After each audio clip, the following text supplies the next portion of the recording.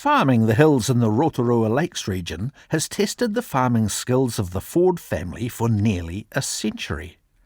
Highlands Station has seen it all, from dairy cows milked by hand, through the mad days of deer farming, then onto a focus on wool and sheep meat when prices were good. Now it's a bull beef and a flock that sheds its fleece, all in a sensitive area shaped by the Tarawera eruption in the late 1800s. Sally Round called in there at docking time.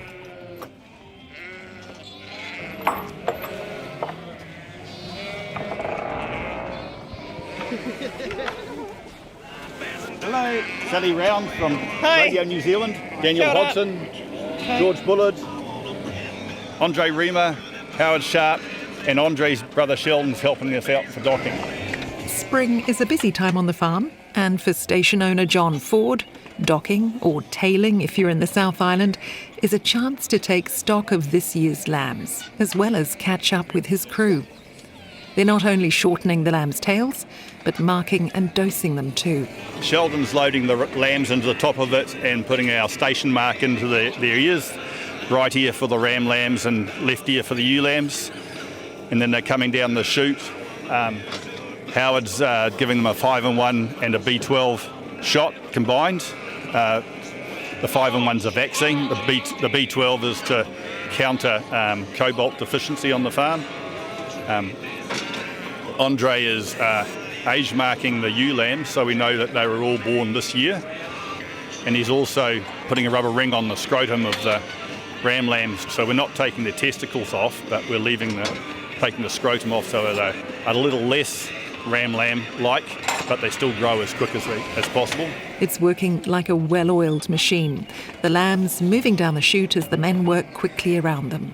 At the bottom, Daniel is taking the tail off with a hot iron, which cuts the tail and cauterises it, and he's just spraying their bums with a bit of dip to ensure that there's no risk of the animals getting fly struck as a result of that wound on them. What's your job? I give them the vaccine, the B12, just helps with keeping them healthy. Lots happening to these lambs all at once. Yes, there is. Just happens once, and then it's from there on. It's just they just go out in the paddock and eat grass, don't they? Just keeps them healthy. Then it's back to their mums. There are 3,000 ewes at Highlands, and the flock's being converted into the shedding variety. In 4 years, John hopes he won't have any shearing costs. It's a far cry from the 10,000-strong flock of the late 1980s and early 90s, when costs weren't as high, but demand for wool was. What happens to the lamb's tails? I just count them at the end to verify the tally of the lambs for the mob. It's the easiest way of doing that. And then if anyone wants to eat them, we give them away. I know Andre's eaten a few, but I don't find them that good. Not after you work all day and the smell of the wool being burnt and stuff. And I don't think lamb. I'd rather eat a roast any time or rack a lamb. Yeah. There are also 900 head of cattle on this 1,200-hectare farm, which includes covenanted bush and an eye-opening number of dams, which help ease the flow of runoff into the precious catchment area of Lakes Tarawera and Rotorua. So quite a bit of change since John's father was grazing and milking cows here by hand in the 1930s. But I'll let John take up the story. My father took up the land here in 1931. Originally it was a month-to-month grazing licence for about 10,000 acres of completely undeveloped land that was recovering from the Tarawera eruption of 1886. So it was a mixture of scrub, bush, bracken and brown top. And my father basically put a match to the stuff that would burn, and brown top and fern and so on would regrow after that, which he could feed some cattle on. And it was really just grazing for that first year, but then the government decided to ballot some of the land off to become a proper farm, and he applied for the ballot for 2,500 acres of undeveloped country and got it in 1932. So he had what was called a deferred payment licence, and as long as he was developing the land, and paying the fee, then he could keep it. And so over the next 50 years, he gradually broke the farm in. So all the bracken and scrub was burnt off, anything from 20 acres a year to 100 acres a year, and put into pasture. The original bush that was here was left. The farm's grown and developed alongside the changing markets for wool and different types of meat. It was also a pioneering deer farm in John's father's day, grazing 600 hinds at its peak in the mid-1980s. We had pretty exciting times with capturing deer on the farm with helicopters and so on. In 1984, the deer prices were astronomical. We were selling old hinds with no teeth for $3,000 a head, and that was all as a result of the tax incentives that Robert Muldoon had. And at one point, our deer, just the deer themselves, were worth more than everything else we owned on the farm. So all the land, the livestock, everything. And we did talk about how that didn't seem right at the time, and so that was one of the incentives we had to sell. Deer went from $3,000 or $4,000 a head for a hind down to $300 or $400 in a matter of about 2 years, and we were very pleased that we'd sold them, especially how tough things got after the 87 crash. By the mid-90s, John and his wife Catherine had achieved full ownership of the farm and were on another path. Around 1990, 91, we started reducing our sheep numbers and our cattle numbers and started buying in bull calves. So that's when we started bull farming. Why did you make that change? It was because I was involved with a couple of discussion groups locally, and the farmers there were doing probably 20 to 30% of their farm in bull beef, and it was much more profitable than sheep or breeding cows. And I felt that was something that was worthwhile. There was a lot of resistance from my father and family about changing, just for change's sake, I suppose, in a lot of regards. But we peaked at 10,000 ewes, and by the time we converted, split the farm with my brother through that first half of the 1990s, we went from 10,000 ewes down to about 5,000 and replaced them with bull beef. And once we got possession of the farm, Catherine and I, we continued those changes. We did a lot of development in terms of subdivision, fertiliser, laneways and facilities around the farm. And now we're only running 3,000 ewes on our farm and 900 bulls.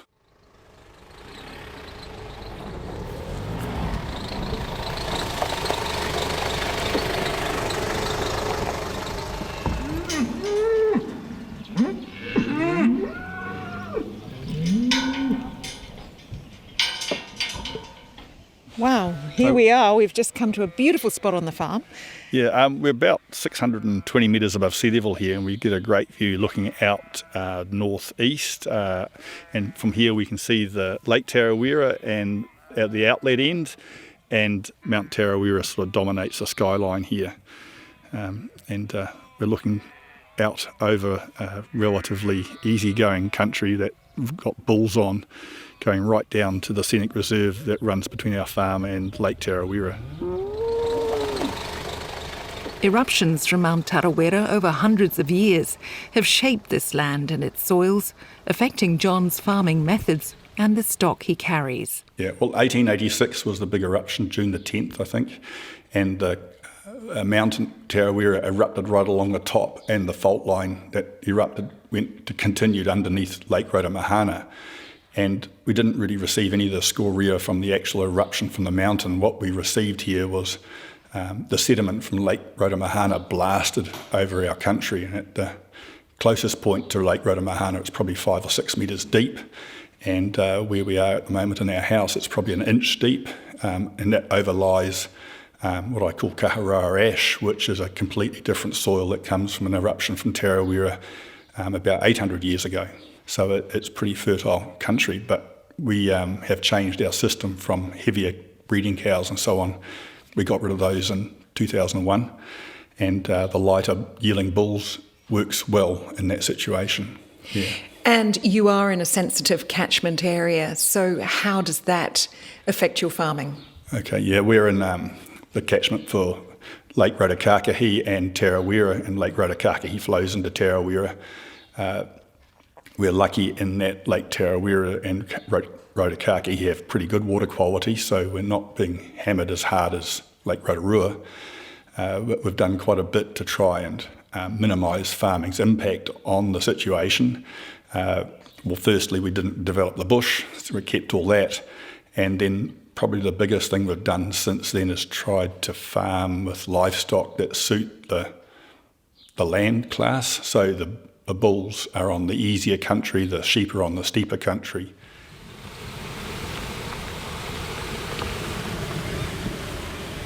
But something else they've done in this sensitive area is build a network of dams on the farm.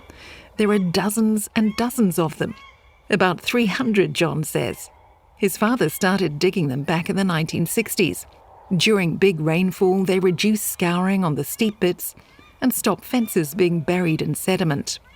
John's developed the water system still further, so the dams don't become mud traps for lambs during drought. He says the more dams you have, the better they work. This particular catchment winds its way down from our yards down through the bull country out towards Lake Tarawera via the forestry, and we've put dams in there over the years, and I think there's 13, one after the other, down this valley, and each one of them's got a 2-inch pipe in the bottom, so it can take a few days for the whole system to drain, but it also holds back a huge amount of water, so we're stopping the big flush of water from a dump of 20 or 30 mils or more, causing any damage to our farm, and of course it won't cause any damage further down and or drag any nutrients into the lake. So the water has a chance to settle out in our dams before it flows on out, leaving our properties. By themselves they're not huge, they'd probably be perhaps twice the size of a swimming pool, but and with a good overflow that can't erode. So it's a good way of stopping any problems for both ourselves and for the wider environment.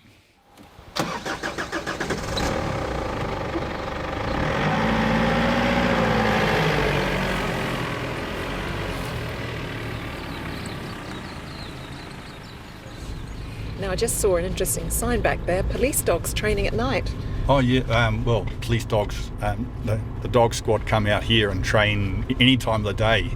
They had an exercise last month actually, and there was about 13 police cars out here and armed defenders. They had some police acting as criminals, and they came out here and exercised and tracked them down, had a hostage situation. So how did you get involved in that, in letting your land be used for that? How did we get involved? It's been going on for 40 years. I think I met some of the dog squad at the gun club when I was a shotgun shooter, and they asked if they could exercise out here, and I said yes, and it's been going on ever since. And it's a great sort of landscape for that, is it? It's quite hilly and lots of little gullies here, places to hide. Most of the time they're coming out here in pairs or whatever, and one person will lay a trail and then the other one will take his dog round and track it down. Last year they did an exercise here that involved the armed defenders coming in on helicopters, and they roped some of us in to be witnesses to describe where the perpetrators had gone and stuff. It was quite entertaining, yeah. Interesting sideline for the farm. Yeah. So we've just driven through all the Kaharara ash country, which was all rolling bull country, and we're just going down through one of our big blocks of bush. It's beautiful. Yeah, that stuff we went through was all developed in the 40s, and where we're going now is developed in the 60s.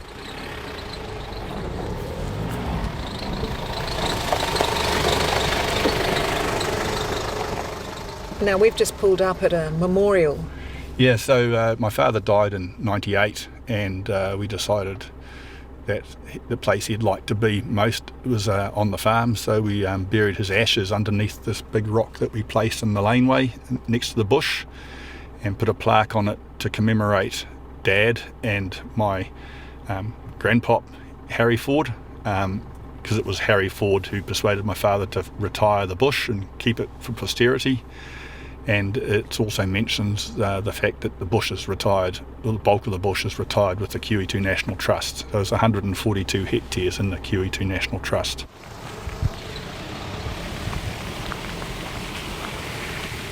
John was able to see just how much times have changed since his father's day. when he discovered a box of accounts going back to the 1950s, when he was laid up with an injury recently.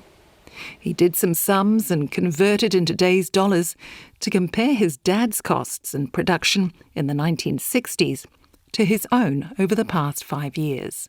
In the 1960s, my father was making roughly $1,200 economic farm surplus a hectare, and that compares to the last 5 years, which is somewhere between $550 and $600 a hectare for me.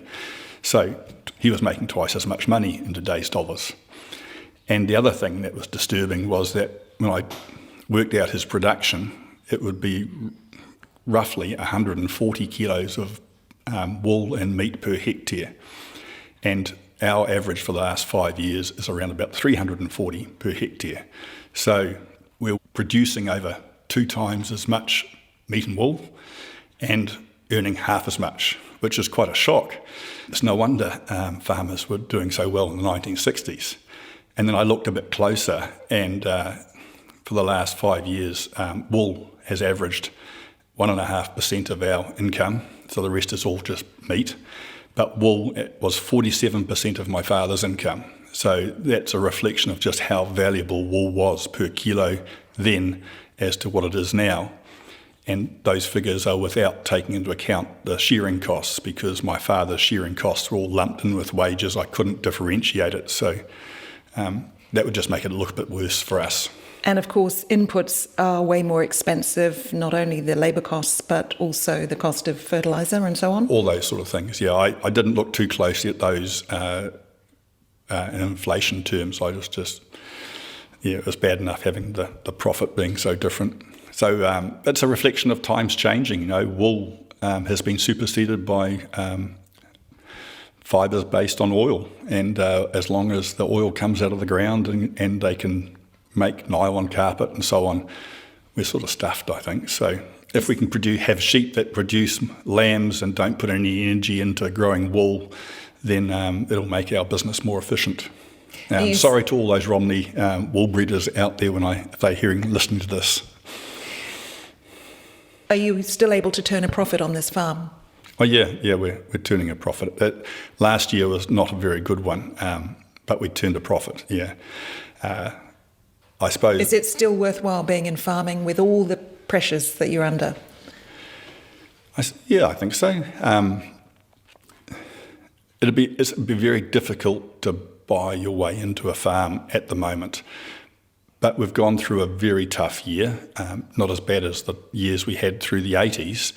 And I think there's a lot of optimism out there right now going forward. It depends when you're going to air this program, I suppose, but here we are. Things can change from month to month. They do, but here we are in October, and our beef price is $1 better than last year, and our lamb price about the same per kilo.